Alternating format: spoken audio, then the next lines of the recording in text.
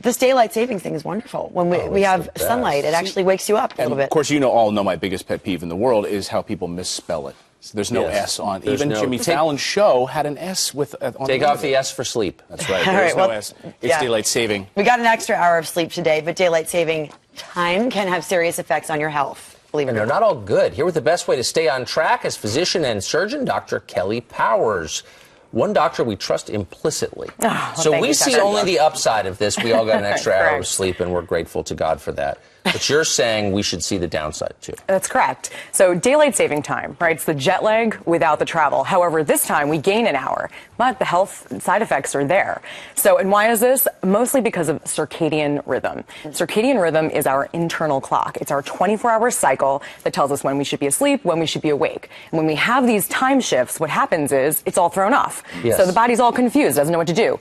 And it regulates two things, sleep cycle and hormone regulation. Those two things are messed up. A lot of things are going to get messed So up. this screws up a lot of things. Number one, you say, is we can see irregular moods. So if your spouse is having an irregular mood swing, you can blame it on daylight saving time. Of course, you can always blame it on that. Right.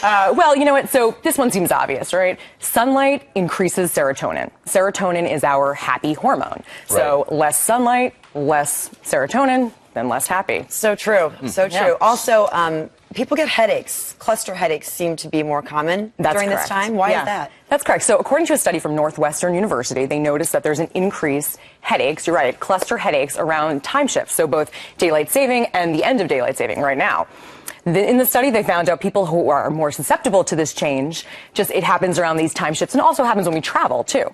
Interesting. I was feeling weepy and bloated this morning. This may be... Blame it on this. I think I'm going to. Daylight saving. Daylight saving. You're saying that food cravings often accompany sleep disturbance. Absolutely. So that circadian rhythm that we're talking about also affects our appetite. A hormone called ghrelin. Ghrelin increases during these shift changes and can thus increase our cravings, our food, and then you know what happens when we're hungry. We also get a little moody too, right? Right, but it's for bad food. I'm never desperate for broccoli spears. It's always Brussels sprouts all the way. Yeah. We've been talking about this all morning, but what heart attacks? The daylight saving can cause heart attacks and also car accidents? That's true. So according to a study from Harvard Health, there's actually an increase in heart attacks when daylight saving starts. Right now, we're in a good zone. So there's actually a decrease this weekend, according to ER reports.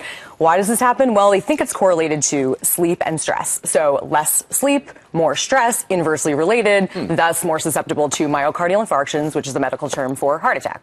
Okay, so what are we supposed to do to, deal with all this stuff?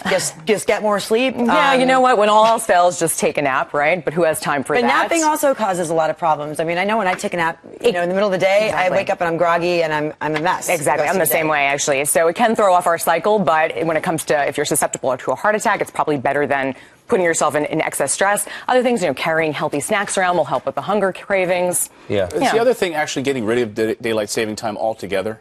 Because it's ridiculously old and we don't need it anymore? Correct. And you mentioned about the drowsy driving. That's another thing. So another hormone that is regulated by the circadian rhythm is melatonin. Melatonin increases when it's dark outside. So let's say you're driving home from work and you usually drive home around 5 or 6 o'clock at night. It's light outside during the summer. You're fine. All of a sudden now it's dark. Melatonin is on the rise and people are getting drowsy behind the wheel. So this is actually, there's studies that show there's increase in car accidents when the time change happens. I believe it. Who knew? But once they take daylight saving, they're going to start pushing the metric system on us. It's worth having 19th century relics around. Just my view. It's absurd. And Arizona's laughing at us this morning, right? Arizona doesn't even have it. Parts of Indiana, I think. Great to see you Great guys. to see you guys. Thank you.